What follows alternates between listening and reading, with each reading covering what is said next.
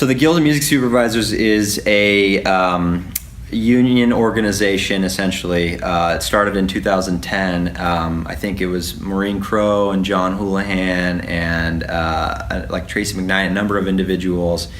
Dave Jordan got together, Jonathan McHugh, and said, you know, this trade, this job position, music supervisor, is not what it could be and should be, and they're not getting the level of honestly recognition that at that time in 2010, that, you know, of all the things that they're doing of putting these soundtracks together, but more importantly bringing like artists onto films and you know, filming these crazy elaborate on cameras and things like that, they just felt like there was no voice. There's no you know, there's all these different award shows.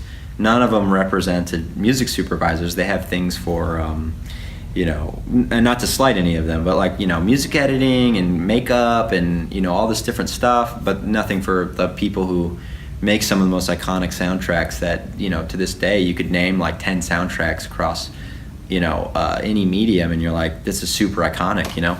And I think that, like, if you think of directors, you know, just as a composer finds a lot of success in knowing indie directors and writers and things like that, because they're always like, oh, I'm, you know, for instance, like at the Guild conference, Ludwig Göransson and Dave Jordan did a panel about the Black Panther, but the reason Ludwig got hired on that is because he had started working with Ryan Coogler at USC while they were students together, and once one of them started reaching successes, I mean, ultimately Ludwig was working with like Donald Glover and finding success on the record side of the business, but as far as composing, as Ryan was growing and finding these projects like Fruitvale Station or Creed, he was bringing his composer with him. And I feel like, based on what I know about certain music supervisors I've worked with, that's the same thing with music supervisors. Is directors like, this dude's or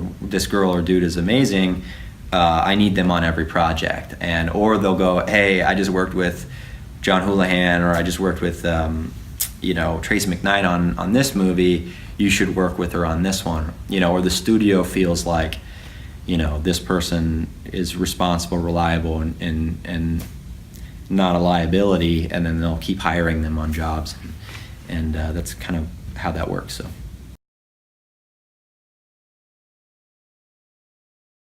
yeah, so I'm the executive manager, and that really has a lot of, I guess, a lot of different plates to spin, I guess. But it started out doing a lot of just kind of like day-to-day keeping, e-blasts or email marketing newsletters and stuff for the Guild, announcing events, but then it grew into like helping make those events happen.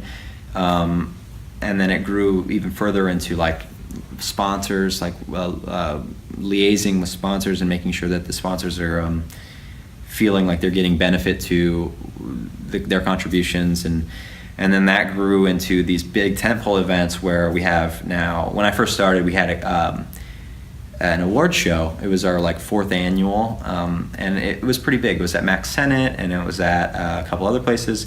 And then we ended up doing the Ace Theater, which was like a huge endeavor. Like at some point, you know, it's servicing about 1,000 people, and we're getting, you know, headlining artists to perform, but also A-list actors to kind of present on behalf of, you know, music supervisors they've worked with. And that includes like Meghan Trainor, Andra Day, I think David Hasselhoff came last year, bunch of people, just everyone from like the creative team from La La Land was there, just a bunch of people in that realm. Insecure, people from Insecure, and Rebel Wilson came. So, you know, managing all of those aspects of like the award ceremony and like the voting process of that, and making it confidential and navigating those waters and all of that aspect. So that was a big undertaking. But then we decided to do an education conference, because we felt like, even though we have an award show, we want like to open it up to people to actually really put on panels and discussions about what music supervision is, and not only just these like let's say like blockbuster pinnacle, like the music behind this great movie, but more so in addition to that, like what is metadata, and how does that apply to music supervision, or what is the role of music coordinator, or how to effectively pitch your music to a music supervisor without very quickly burning yourself every bridge in town.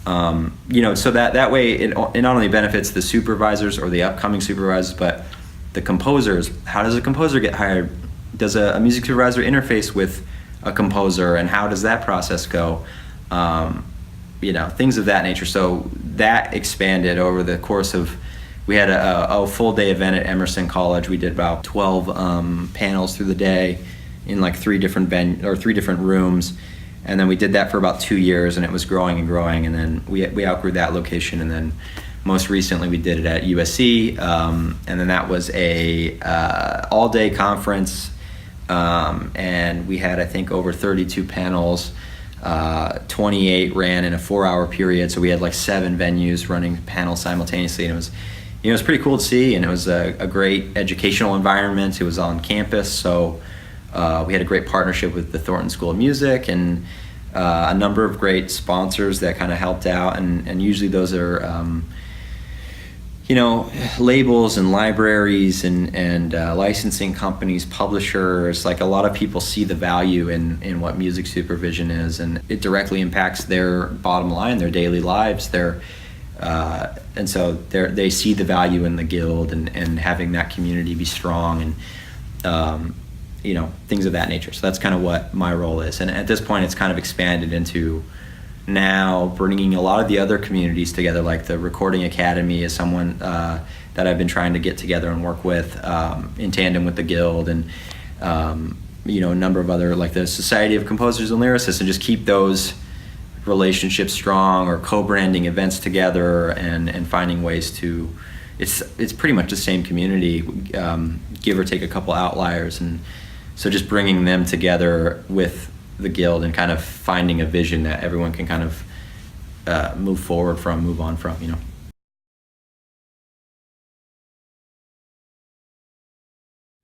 Yeah, I mean, it's kind of weird. Like, sometimes I feel like when I tell people how I got in or what I do, or even sometimes I just have to like leave out like 75% of what I do or what I've done.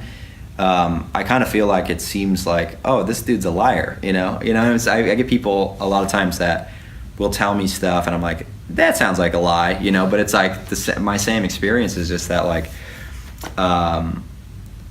you just never know what's going to happen. You never know, like, where the road is going to lead you. And honestly, through this whole process, it's not been like, and then I did this, and then it was amazing, and then this was amazing. It was like, it would be these like spikes of like, the most amazing thing is happening to me in the world right now. Like, like moments where I'd be like on the scoring stage with John Debney, and then it would just descend immediately, that even the same day sometimes, not in that specific moment, but like, my car got towed, or, these crazy moments where you're dealing with the real dire consequences of what it's like to live in Los Angeles or a big city, or even just any place, where every turn, you could wake up and, like literally your car's missing, or you're getting bad news, like you're getting I've been fired off jobs before, but then immediately the next day hired onto another job that changed my life. The duration of my life and the course of my life changed through like extreme devastation. So what I'll say is that, like, number one is you never know where the road's going to lead you. You're never too good to do a job. And to add to that, like when I lived in Reno, when I was trying to make DJing happen, I wasn't just doing that. I was doing all these other jobs that were shitty or like hard, or like for instance, my first job was cleaning sweat off of gym equipment for $6 an hour. It's not fun, but I grew, and then I became a fitness instructor. And then another job I did was sheet metal fabrication. I was literally making ductwork out of spiral ductwork, any air conditioning unit. I was doing that. I was making that. I was inside of those units, like putting in insulation and gluing them and bending the metal. Like, that's a job that I did. I did car sales. I did telemarketing. So as I grow I did catering in LA. While I was doing all this stuff, interning, starting my own company, like the road to get there was rocky, and I was not making rent sometimes, and I didn't have this like crazy support system. So I had to figure out, like, so am I too good to do catering? No, you know. And actually, to be honest, some of that stuff that I did early on, like catering, really lent a hand to how to exist in a high level, like let's say like mixer cocktail environment, and it put me in front of like very high level executives and people. Though I was the guy in the apron and the black suit holding fucking past appetizers, it put me in that room, and it like made me comfortable in that environment more so than anything, you know. Or like I knew how the layout of Paramount Studios or Warner Brothers Studios, all these studios, before I actually got to work in them, I knew exactly where everything was. So those are just some experiences where, even though the average person might say, oh, I'm too good to do this, well, no, you're not, you know, because this is how you succeed in this business. Or I don't want to be an assistant, or I don't want to do this, or I just want to be a composer. It's like, that's not how this works, and you never know. Like if I didn't sell sneakers, I wouldn't have met Dave. If I didn't work for this Japanese rock musician, I never would have met McHugh, and it goes down that line. Or let's say more specifically, if I didn't apply for a job on Craigslist, I never would have, you know, ended up working for John Houlihan through the road, not directly but indirectly. And so it's one of those things where I always get frustrated with younger people, even though I'm semi-young myself. Like sometimes it's just like there's this thing that you have to just really eagle eye your way into this business and just know that you're not exactly where you want to be, but like you don't know where that turn is going to take, where you're going to be like, oh my, this changed my life. Or and I have about 1,000 of those stories, like individually. I won't bog you down by them, but it's kind of baffling, you know. Or moments where life just seems so bad and shitty, or I'm not going to make it, or I'm like literally moments or days or hours away from moving home to I somehow made my rent get paid. And another aspect to that is versatility. Don't be too good for a job, but also learn skills. Like if I didn't know graphic design, and I all these things, I took the time to learn. So when someone says, I don't know how to do that, or I don't know, I can't do that, it's like, yo, yeah, you can. You just need to take the time and figure it out, and slowly but surely get better and better and better.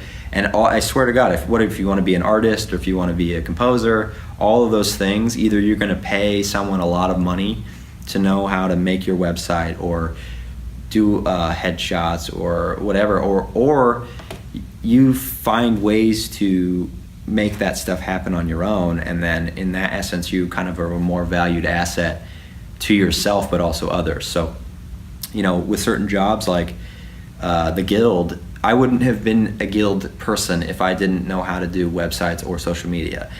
And if I would have just said, oh, I just want to be a music supervisor, I just want to be a composer, well, that's great, but we don't have, you could volunteer, but otherwise we don't have a role for that. There's no composer at the Guild, there's no music supervisor for the Guild. But we need social media, we need a website, we need email marketing, all that stuff that everyone is too good to do. I was like, I could do it, you know. So that's, you know, ultimately some of the stuff that's helped me so much in this industry is just being able to not be too good and say no to jobs, and, you know, never know when that job is going to like teach you a skill that is going to like end up being picked up later, you know. So, and I could probably like relate like the sales job, the car sales, like now I can speak to people and sell a product, whether that product be cars or my own services or whatever. I can interact with people on a sales basis, sponsorships, whatever that may be. Or with sheet metal, it's like I learned how to build things. I'm not like unable to make things from nothing, whether it be, you know, an image or duct work or whatever that is. Like I can, you know, be a useful asset in a building setting, you know, fabrication. So it all lends its hand somehow, some way, and creates like a more complete like brain in a sense, you know, skills. That was an awesome interview, and cool. Wisest words I've heard in a long time. Oh, whatever, man. Yeah, that was great. So Thank you. Appreciate it.